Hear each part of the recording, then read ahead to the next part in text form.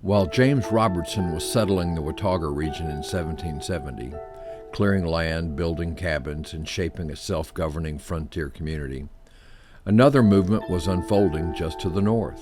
There, John Donaldson had begun negotiating land on behalf of Virginia.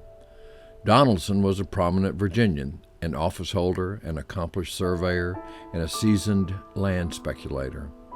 Nearing 60 years of age, he was commissioned by Virginia and the British Crown to help establish a formal boundary between colonial settlement and Cherokee land.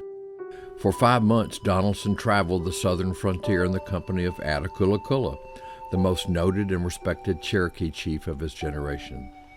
Known to the English as Little Carpenter, Attakullakulla was far more than a guide. He was a master diplomat, a strategist, and the principal Cherokee voice in treaty negotiations with Britain and the colonies. In the years ahead, he would play a decisive role in the Transylvania Purchase, shaping one of the most consequential and controversial land deals in the American frontier history.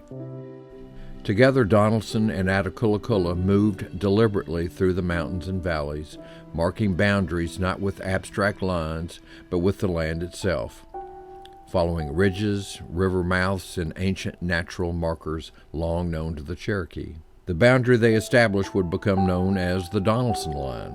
Donaldson later reflected on the country they traversed, writing that it was the Garden of Eden. In 1771, the treaty was finalized and recognized by both Britain and Virginia, but its consequences were immediate and unforgiving. South of the Donaldson Line lay the Watauga settlements.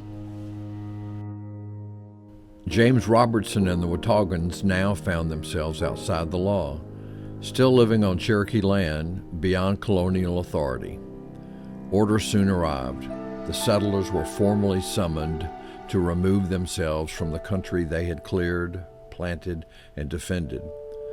With a single treaty, two men, who would later stand together in the founding of Nashville, were cast into opposing roles. One had helped draw the line, the other was ordered to abandon everything below it. Yet none of them, Donaldson, Robertson, or Attakullakulla, were finished with this land. The boundary did not end the frontier story. It forced it westward, and in the years that followed, these same men, settler, surveyor, and Cherokee statesmen, would again find their paths crossing as the struggle for the Cumberland Valley reshaped the future of the American interior.